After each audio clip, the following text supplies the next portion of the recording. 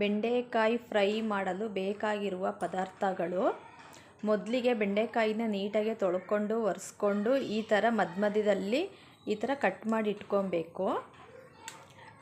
ಅದಕ್ಕೆ ಬೇಕಾಗಿರೋವಂಥದ್ದು ಒಣಕೊಬ್ಬರಿ, ಖಾರದ ಪುಡಿ, ಸಕ್ಕರೆ, ಧನಿಯಾ ಪುಡಿ, ಶೇಂಗಾ, ಕಡಲೆಬೇಳೆ, ಉದ್ದಿನಬೇಳೆ, ಜೀರಿಗೆ, ಬೆಳ್ಳುಳ್ಳಿ ಮತ್ತು ಒಗ್ಗರಣೆಗೆ ಸಾಸಿವೆ, ಕರಿಬೇವಿನ ಸೊಪ್ಪು, ಎಣ್ಣೆ, ರುಚಿಗೆ ತಕ್ಕಷ್ಟು ಉಪ್ಪು. ಗ್ಯಾಸ್ ಒಲೆ ಮೇಲೆ ಒಂದು ಬಾಣಲಿ ಇಟ್ಕೊಬೇಕು. ಇವಾಗ ಬಾಣಲಿಗೆ ಕಡಲೆಬೇಳೆ, ಉದ್ದಿನಬೇಳೆ, ಶೇಂಗಾ ಹಾಕ್ಕೊಂಡು ಸ್ವಲ್ಪ ಎಣ್ಣೆ ಹಾಕಿ ಫ್ರೈ ಮಾಡ್ಕೊಬೇಕು. ಸ್ವಲ್ಪ ಫ್ರೈ ಆಗಬೇಕಿದು. ಇವಾಗ ಫ್ರೈ ಆಗಿದೆ. ಗ್ಯಾಸ್ ಆಫ್ ಮಾಡಿಬಿಟ್ಟು ಈಗ ಜಾರಿಗೆ ಹಾಕ್ಕೊಂಬಿಡೋಣ. ಈಗ ಜಾರಿಗೆ ಹಾಕ್ಕೊಂಡಾದ್ಮೇಲೆ ಸ್ವಲ್ಪ ಜೀರಿಗೆ, ಬೆಳ್ಳುಳ್ಳಿ, ಒಣಕೊಬ್ಬರಿ, ಖಾರ ಪುಡಿ, ಧನಿಯಾ ಪುಡಿ, ಸ್ವಲ್ಪ ಸಕ್ಕರೆ,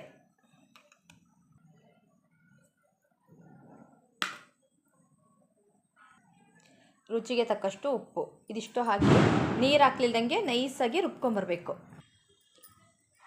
ಈಗ ರುಬ್ಕೊಂಬಂದಿದೆ. ಇದನ್ನು ಒಂದು ಬಟ್ಲಿಗೆ ಹಾಕ್ಕೊಬೇಕು.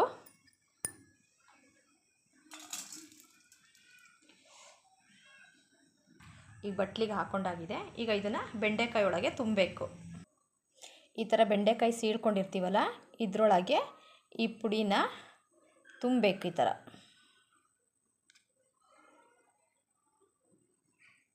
ಈ ಥರ ತುಂಬಿ ಹಿಂಗೆ ಪ್ರೆಸ್ ಮಾಡಿ, ಆಮೇಲೆ ಈ ಥರ ಟೈಟಾಗಿ ಪ್ರೆಸ್ ಮಾಡಿ ಇದನ್ನು ಒಂದು ಪ್ಲೇಟಲ್ಲಿ ಇಟ್ಕೊತಾ ಬರಬೇಕು.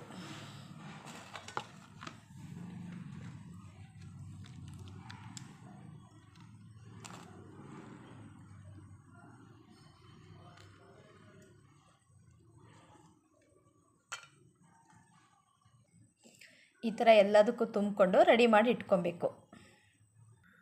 ಗ್ಯಾಸ್ ಒಲೆ ಮೇಲೆ ಬಾಣಲಿ ಇಟ್ಕೊಂಡು ಸ್ವಲ್ಪ ಎಣ್ಣೆ ಹಾಕ್ಕೊಬೇಕು.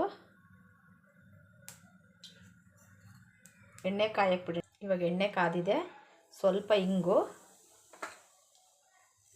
ಸಾಸಿವೆ, ಕರಿಬೇವಿನ ಸೊಪ್ಪು. ಇವಾಗ ಮಾಡ್ಕೊಂಡಿರೋಂತಹ ಬೆಂಡೆಕಾಯಿನೆಲ್ಲ ಇದರಲ್ಲಿ ಹಾಕಿ ಫ್ರೈ ಮಾಡ್ಕೊಬೇಕು. ಈ ಥರ ಪೂರ್ತಿ ಹಾಕೊಂಡಾದ್ಮೇಲೆ ಎಣ್ಣೆ ಒಳಗೆ ಸಣ್ಣ ಉರಿಯಲ್ಲೇ ಇದು ಸಣ್ಣ ಉರಿಯಲ್ಲೇ ಫ್ರೈ ಆಗಬೇಕು. ಅವಾಗವಾಗ ಮಧ್ಯದಲ್ಲಿ ಇದನ್ನು ಸ್ವಲ್ಪ ಈ ಥರ ಮಿಕ್ಸ್ ಮಾಡ್ಕೊತಾ ಇರಬೇಕು.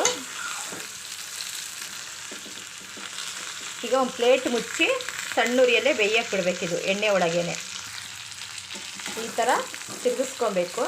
ತಿರುಗಿಸ್ಕೊಂಡು ಸಣ್ಣ ಉರಿಯಲ್ಲೇ ಬೇಯಿಸ್ಕೊಬೇಕು. ಇದನ್ನು ಒಂದು ಪ್ಲೇಟ್ ಮುಚ್ಚಿ ಬೇಯಿಸ್ಕೊಳ್ಳೋಣ. ಇವಾಗ ಉಳಿದಿರೋಂಥ ಪುಡಿನೂ ಸಮೇತ ಇದ್ರ ಮೇಲೆ ಹಾಕ್ಕೊಂಬಿಡೋಣ.